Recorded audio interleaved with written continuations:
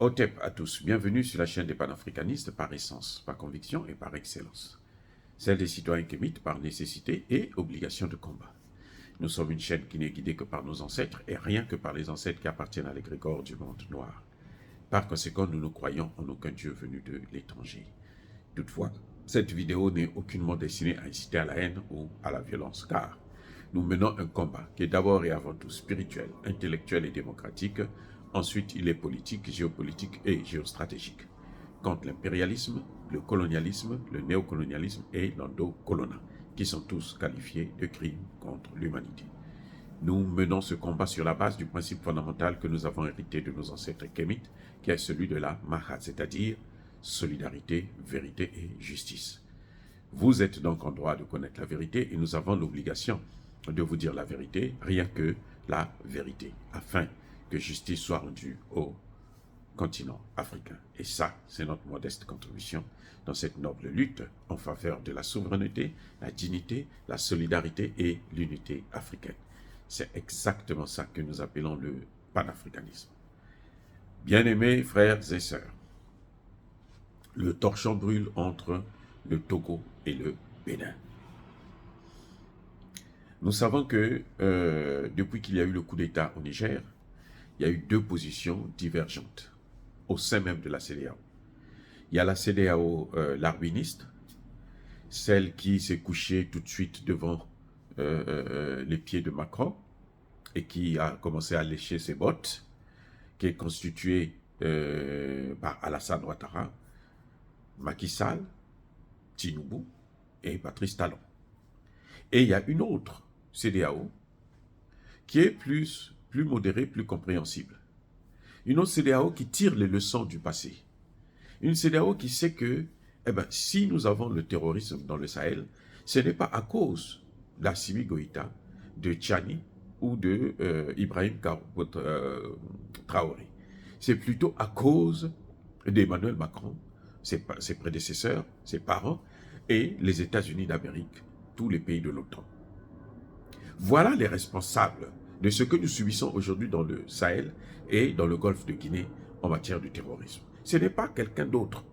Il faut être méchant, naïf et idiot pour ne pas comprendre que, effectivement, c'est une affaire des Américains et des Français. Ce sont eux qui ont décidé de faire la guerre en Libye, de détruire la Libye et de piller l'or libyen et le pétrole libyen. Et ils ont pris les terroristes, ils ont déversé dans le Sahel parce qu'ils avaient l'intention de morceler le Mali, le Niger et bien entendu le Burkina Faso. Ce que vous voyez là, ce qui vient d'échouer avec la vision ou la politique menée par Assimi Goïta, Ibrahim Traoré et le général Tchani, c'était le morcellement, la balkanisation du Liptako Gourma. Le Mali devrait le diviser en 2, 3, 4, même plus. Le Niger, c'est pareil, parce que ce sont des pays qui sont trop grands pour eux et qu'il faut les diviser pour être capable de mieux les contrôler. C'est le planning qu'ils avaient fait. C'était pas fait parce qu'ils n'aiment pas le Mali, non.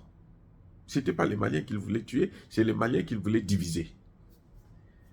Et après ça, maintenant, on s'attaque au golfe de Guinée, le reste des pays subsahariens, pour les envahir et les contrôler.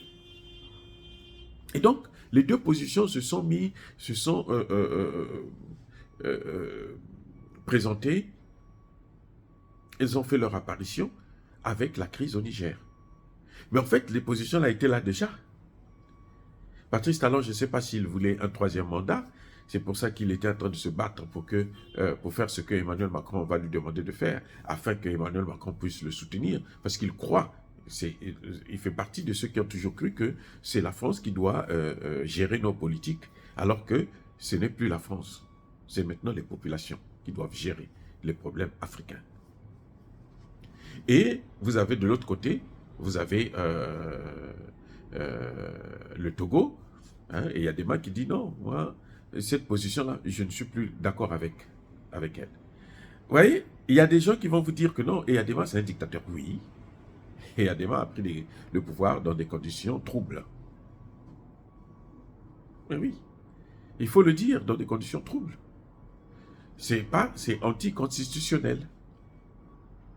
C'est la même chose qu'Assimi Goïta que nous soutenons tous. C'est ça le problème. Le problème avec Assimi Goïta, c'est qu'il n'a pas un précédent. Il arrive seulement au moment où il y a des difficultés et il nous montre, et il règle ça comme nous le souhaitons, nous le voulons. Pareil pour Ibrahim Traoré et pour Tchani. Mais sinon, ils n'ont jamais été élus. Ils sont venus de façon anticonstitutionnelle. Donc, si vous voulez juger, hein, je vois sur les réseaux sociaux, il y a des gens qui mettent en garde tous ceux qui essaient de parler du bien d'Eyadema. Il y en a qui disent que des panafricanistes, hein, qui disent non, non, non, vous ne devez pas le faire. Non, écoutez, un panafricaniste, ce n'est pas une brute. Quand il a une position, cette position-là, elle ne peut pas changer. Non, la position change en fonction de l'évolution de la situation. Toute position politique doit changer en fonction de l'évolution de la situation. En politique, là, on doit être flexible. On ne peut pas être là, parce que monsieur est comme ça, alors il faut le condamner. Non. Eyadema est venu par une voie illégale. Il faut le reconnaître. Mais maintenant, Eyadema est en train de faire des choses qui sont avantageuses pour nous. Il faut saluer et remercier. C'est la moindre des choses. C'est ça qu'on appelle l'honnêteté intellectuelle. Hein? Ou plutôt, si j'allais dire l'honnêteté panafricaniste. Comme Idriss Déby Itno, le père, le maréchal, hein, qui a servi la France tout le temps. Et à un moment donné, il dit, moi je ne veux plus être là pour contribuer à détruire le Centrafrique. Il faut qu'il y ait la paix maintenant au Centrafrique. Moi, je me désolidarise.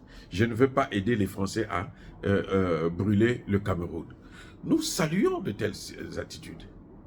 C'est comme ça que nous avons salué le fils quand il est arrivé. Ce n'est pas que le fils, on ignore que le fils a fait un coup d'État, non. Nous avons salué le fils parce que nous pensions qu'il va continuer avec la même politique que son père a menée. Malheureusement, pour l'instant, le fils, il est à cheval. Il est en train de se chercher. Et ça lui prend trop de temps parce que, bon, c'est vrai, il ne doit pas être très, très, très intelligent. C'est pour ça que ça prend autant de temps. Mais sinon, il devrait déjà avoir pris sa position puisque le peuple tchadien demande le départ des troupes françaises. Bref, pour revenir en ce qui concerne le Togo et le Bénin, vous avez déjà un problème sérieux qui concerne l'économie, l'argent, les finances. Le Niger utilise le port de Cotonou. Mais le Niger peut utiliser aussi le port de Lomé. Et c'est ce que visiblement est en train de se faire. Les camions qui étaient bloqués à la frontière entre Cotonou et Lomé et Niamey, ces camions-là vont maintenant au Togo et passent par le Burkina Faso pour rentrer au Niger. Patrice Talon n'est pas content. Patrice Talon se rend compte, c'est maintenant qu'il se rend compte que, eh ben, la France a des intérêts qui ne sont pas pareils aux intérêts béninois. Vous voyez le deal? Les intérêts de la France, là, ça n'a rien à voir avec les intérêts béninois. Les intérêts de la France, c'est que le Bénin peut souffrir, mais pourvu que la France puisse continuer à être, comme on dit en congolais, toujours l'icolo. C'est-à-dire que la France puisse toujours avoir le vent en poupe. C'est tout. Et c'est ce qui ne marche pas. C'est ce que le Togo a compris. Pendant que Patrice Talon est en train de faire son cinéma, le Togo est en train de prendre le marché du Bénin. Et le port du Bénin, hein, est devenu inactif. C'est normal que le gars puisse être fâché. Il aurait souhaité que les deux pays puissent se liguer contre le Niger. Comme ça, le Niger n'aura pas le choix que de continuer à traiter avec le Bénin. Non, le Togo dit non. Cette fois-ci, va te casser la figure. Va en enfer seul. Parce que moi, mon enfer à moi, là, j'irai aussi seul. Toi, va en enfer seul.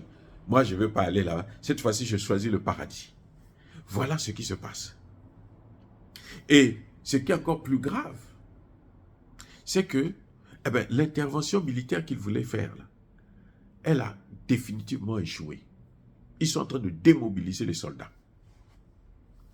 Parce qu'en faisant une intervention depuis le sol béninois, c'est de l'argent qui va rentrer pour faire fonctionner la guerre. L'argent, on a besoin d'argent. Ça va faire marcher un peu l'économie béninoise. Le port béninois, dans ce port-là, Patrice Talon, personnellement, pas en tant que président, personnellement, a investi. Il a mis beaucoup d'argent. Donc lui aussi, ses affaires personnelles sont touchées autant que les affaires du Bénin. Voilà comment quelqu'un peut être aussi ignare, dégoûtant, juste parce que il est complexé devant l'homme français, devant le Coder. C'est Patrice Talon qui avait commencé à donnez-nous nos objets d'art. Après lui-même, il va dire non, les objets d'art là, c'est mieux que ça reste en France, parce qu'il y a plus de visibilité en France. Vous voyez comment il lui manque des vis.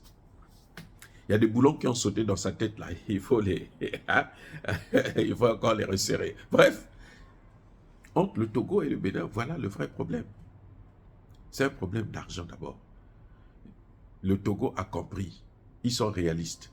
Vaut mieux faire la paix avec les voisins que de faire la guerre avec les voisins. Parce que l'autre qui est venu là, l'étranger là, il va repartir chez lui. Et il est obligé de repartir tôt ou tard. La France est le seul pays au monde qui a encore des colonies.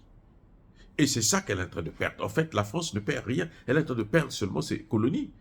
C'est-à-dire que les colonies ont prennent leur responsabilité pour dire « Stop maintenant, nous on ne veut plus être ton vassal ».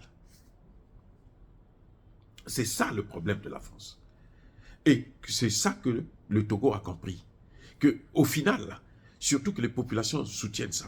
Et Yadema est en train de voir comment sa cote de popularité est en train de monter parmi les panafricanistes. Aujourd'hui, Yadema, c'est quelqu'un que maintenant, nous pouvons écouter. On peut suivre, on peut dire, bon, monsieur, c'est bien, continue. Surtout depuis qu'il a eu ce ministre des Affaires étrangères, Robert Doucet, on sent que le Togo est en train de sortir de l'ombre pour venir maintenant à la lumière. Pendant que le Bénin, quand on croyait être un pays qui a des dirigeants compréhensibles, il est en train de s'enfoncer. Le Bénin est en train de couler. Et je souhaite vivement que le Niger puisse bloquer le projet de pipeline qui passe par le Bénin. Qu'il fasse passer ça par l'Algérie ou je ne sais pas, par d'autres pays, le Tchad, le Togo et ainsi de suite. Pour que Patrice Talon et que les Béninois, toute leur vie, vont se souvenir de l'histoire. De ne pas faire la guerre avec son frère. Pour les biens, pour une situation qui ne vous concerne même pas. Pour les intérêts des Occidentaux. Tu ne peux pas poignarder ton frère. Vous voyez au Congo démocratique, Kagame est en train de poignarder Tshisekedi pour les intérêts de la France et des États-Unis. Même pas pour les intérêts du Rwanda. C'est pour les intérêts de la France, des États-Unis. Que Kagame est en train de faire tout ce cinéma, tuer 15 millions de personnes au Congo démocratique. Le jour que Tshisekedi va définitivement sortir de son coma cérébral et politique, vous allez voir que le Rwanda va s'appauvrir. Le Rwanda va s'appauvrir. Parce que l'étranger, là, il n'est pas chez lui. Il n'est pas chez lui. Il finira par partir. C'est question de temps. C'est difficile, certes, c'est un combat, mais ça va arriver. Voilà. Dire cela, c'est inciter à la haine ou à la violence. Non, nous saluons le comportement du Togo qui, vous l'avez suivi tout récemment, a organisé un forum pour la paix en Afrique. Forum pour la paix. Ça ne plaît pas à la France, ça ne plaît pas aux Occidentaux. Que les Africains s'asseyent entre eux. Vous voyez, Macron n'est pas venu. Hein. Cette fois-ci, Macron n'a pas été invité. Parce que ça concerne, si Macron était là, vous allez voir, ça allait faire chambouler tout. Mais le Togo a tout compris. On n'invite pas des vats en guerre. On n'invite pas notre bourreau. Et oui, quand les Haïtiens ont décidé, se sont organisés à combattre l'armée de Napoléon, il n'y avait pas des Français parmi eux. Sinon, ça allait échouer. Sinon, nos ancêtres n'allaient pas les assister. Or, bien-aimés frères et sœurs, soyez bénis. Je persiste et je signe. Soyez abondamment bénis par le Dieu des Kémites et par nos ancêtres angélisés. Mais que tous ceux qui persécutent le continent africain le pillent et le déstabilisent. Qu'ils soient noirs, blancs, chinois, arabes, indiens ou qui qu'ils soient maudits, punis, foudroyés, neutralisés, écrasés par ce Dieu des Kémites et par nos ancêtres angélisés. Vive l'Afrique éternelle, j'ai dit et j'assume.